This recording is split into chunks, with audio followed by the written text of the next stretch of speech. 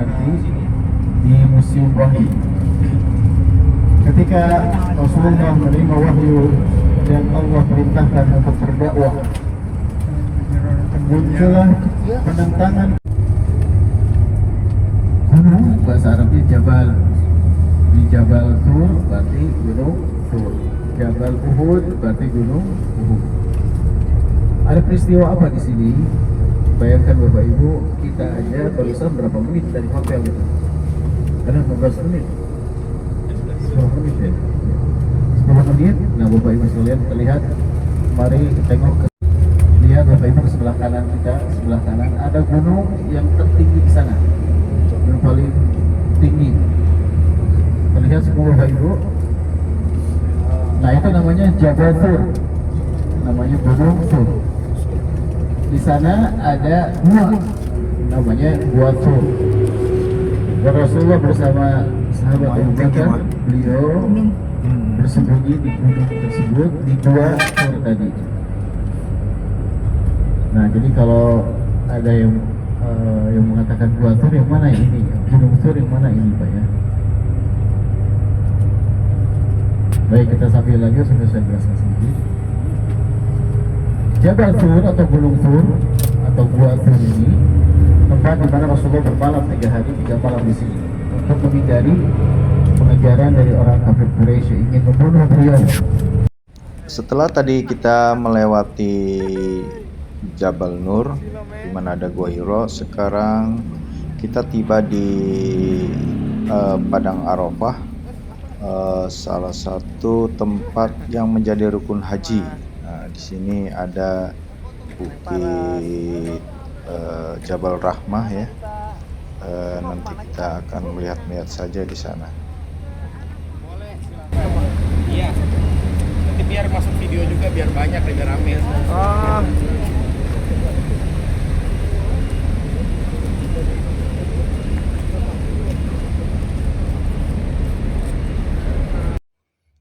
Ini adalah pintu masuk Padang Arafah, di mana tempat melaksanakan wukuf pada saat ibadah haji. Di depan kita adalah Jabal Rahmah, tempat yang dipercaya sebagai tempat pertemuan Nabi Adam dan Siti Hawa. Kita lihat sangat luas Padang Arafah, dibatasi dengan tanda kuning biasanya di ujung.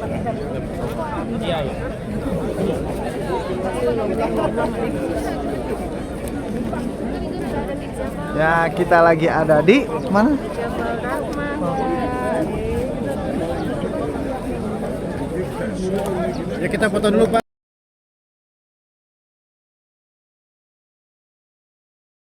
Insya Allah penuh sekali nih. Apa? Padang Arafah yang mau berkunjung. Ditahan kayaknya itu. Iya, gantian.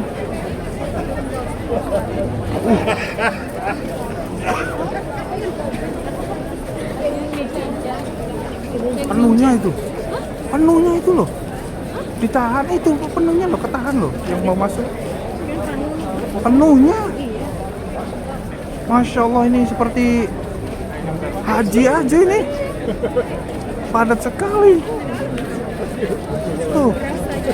Tuh ditahan tuh, giliran gantian tuh. Masya Allah, kita lebih pagi ya tadi. Iya.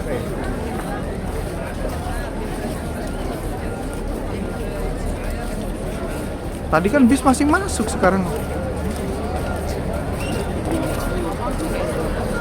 Ya, badaniyah atau fisik seperti tadi berdoa di Arafah, berdiam di Arafah, kemudian kita melakukan perjalanan selanjutnya ke Musdalifah. Yang terpenting adalah setiap momen-momen tersebut di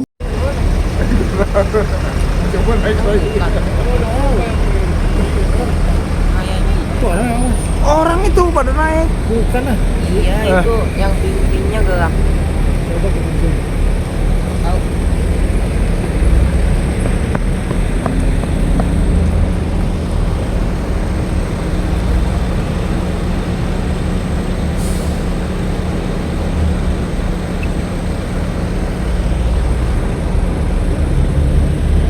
kita ada di Museum Gua Hiro ya, Hiro Culture District. Kita akan ke Museum Wahyu. Wah, tapi asik juga di sini, udah banyak toko-toko nih. Mau ke mana, Pak? Bapak mau ke mana? Oh, kirain mau Bapak belanja di situ.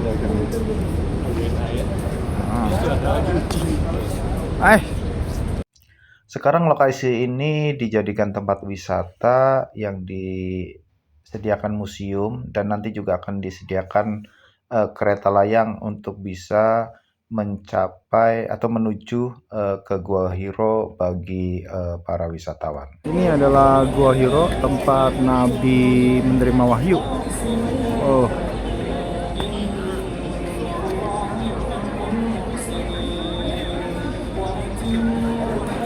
Kita ada di sekitar Museum Gua Hiro ya. Siap. Ya, di sini kita berada di dekat Museum Quran, masih di sekitar Gua Hiro. Nah, ini The Holy Quran Museum. Oke. Kita berada di dalam Museum Gua Hiro. Nanti di dalam Yang ruangan nggak bisa. pertama sama kedua nggak boleh. Ruangan ketiga, keempat nggak boleh. Di pokoknya yang ada layar nggak boleh.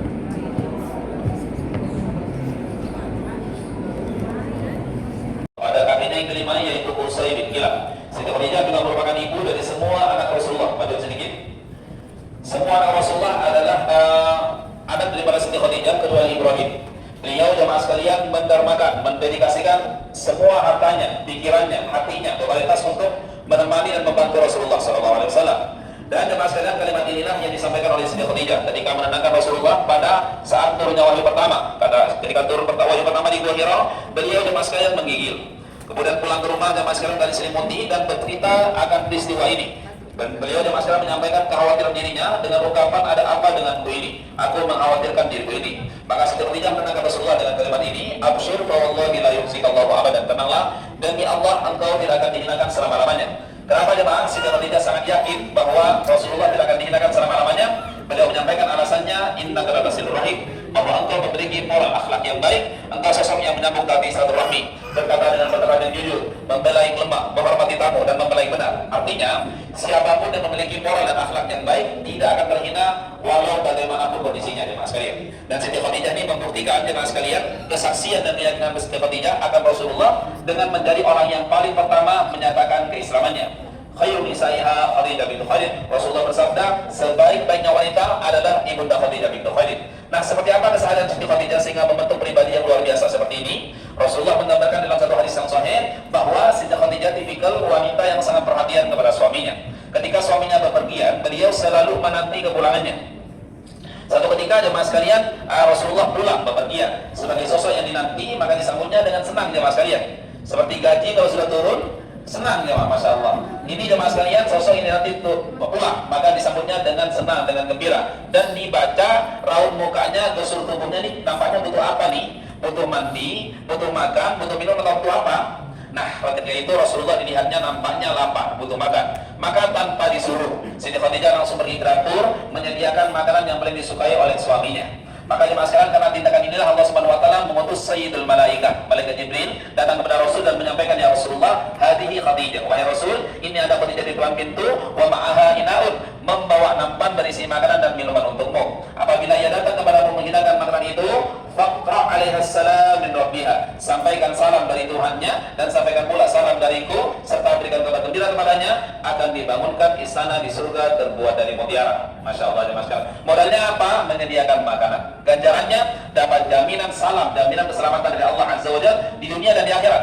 Dan prioritas diamalkan. Tapi Rasulullah memiliki kutabul wahyi, para penulis wahyi, jemaah sekalian. Dan wahyi saat Rasulullah, masa Rasulullah ditulis di atas berbagai macam media. Ditulis di atas batu, pelepah kurma, apa aja jemaah sekalian. Dan Al-Quran saat itu terpencar-pencar, mushaf di sini, sebagian suhufnya di sini, sebagian lembarannya di sini. Pada masa Abu Bakar terjadi perang di Yamama. Yamama ini sekarang daerah beralih dengan namanya Riyadh di ibu kota Saudi. Melawan Musailamah Al-Kadzdzab, banyak para penghafal disandarkan kepada Khalifah Utsman dan disebutnya dengan Mushaf Utsmani, bentuknya pakai tangan. Kira-kira butuh waktu berapa hari? 32 tahun ya Mas Kai. Ini alat-alat yang digunakan untuk menulis Al-Quran. Sangat murah meriah. Penulisnya bernama Nasim Akhtar ya Mas Kai. Lebih murah daripada handphone kita ya teman. Beliau ini hidup di zaman kita, sampai detik ini masih hidup. Sekarang umurnya sekitar 69 dan beliau mulai menulis Al-Quran Al-Quran ini dari umur 30 sampai umur 62 tahun. Setiap hari bangun jam 1, menulis sampai jam 4 subuh jemaah sekalian. Subhanallah. Inilah cara Nasim Akhtar mendekat kepada wahyu Allah, firman Allah jemaah sekalian. Nah, kita caranya silakan. Tapi jangan sampai nggak dekat ya mas, mendekatlah kepada wahyu Allah dengan cara membangun yayasan, mencintai beberapa amal Quran, membacanya, mengartikannya, sebagainya ya mas sekalian. Tapi sekitar jaraknya kurang lebih 6 kilo. Bisa ditempuh untuk pendakiannya ada yang setengah jam, ada yang energinya yang 17 tahunan, ada yang 1 jam, ada 1 jam setengah. Saya 1 jam setengah aja pak. Tapi di sana tuh saya ngerangkap ya pak. Di puncaknya itu nanjak sekali.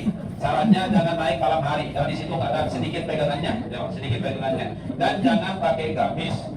Iya, kalau mendaki saya pakai gamis memang susah ya mas sekalian. Insya Allah ke depan sekarang lagi finishing jalan mobil ya mas.